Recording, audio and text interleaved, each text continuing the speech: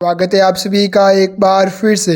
7 महीने बाद राजधानी दिल्ली में विधानसभा के चुनाव होने हैं, लेकिन सियासी बिसातें अभी से बिछने लगी है। बीजेपी जहां 27 साल का सियासी सूखा खत्म करने की रणनीति पर काम कर रही है, वहीं आप और कांग्रेस भी जोर आजमाइश को लेकर स्ट्रेटेजी तैयार करने में जुट गई है। इंडिया गठबंधन में शामिल आम आदमी पार्टी और कांग्रेस ने अलग अलग चुनाव लड़ने का फैसला किया है।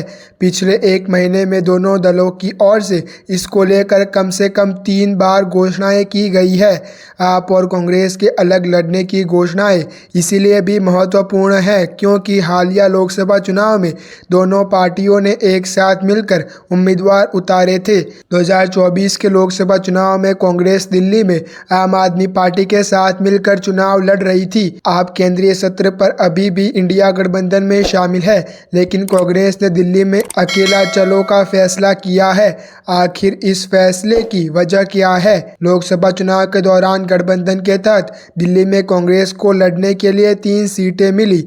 ये सीट थी north west Delhi, north east Delhi और चांदनी चौक। गठबंधन में रहने के बावजूद कांग्रेस सभी 3 सीटों पर बुरी तरह हार गई। हार के बाद कांग्रेस हाईकमान ने पीएम पुनिया और राजनी पाटिल को समीक्षा के लिए भेजा। दोनों की फैक्ट फाइंडिंग टीम को जो हार का कारण मिला वो काफ़ी चौंकाने वाला था।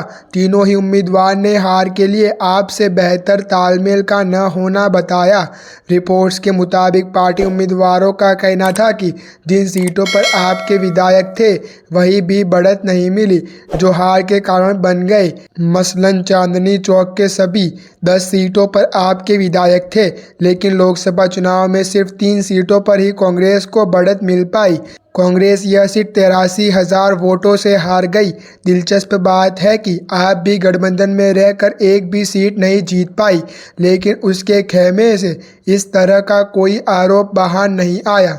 राजधानी दिल्ली में पिछले 10 सालों में लोकसभा चुनाव और विधानसभा चुनाव का गणित अलग अलग रहा है। लोकसभा में जहां बीजेपी को बढ़त मिलती रही है, वहीं विधानसभा में आप एक तरफा जीतती रही है। 2014 में दिल्ली की सभी 7 लोकसभा सीटों पर बीजेपी जीत गई, लेकिन अगले ही साल विधानसभा के चुनाव में 17 में से 67 सीटों पर आपको जीत मिली।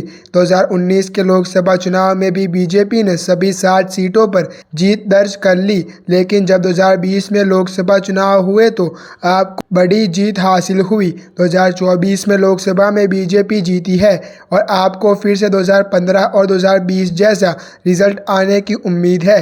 ऐसे में आप कांग्रेस के साथ विधानसभा चुनाव में सीट शेयरिंग करें, यह मुश्किल है। आपने लोकसभा में तुरंत बाद ही विधानसभा में सीट शेयरिंग नहीं करने की बात कही थी।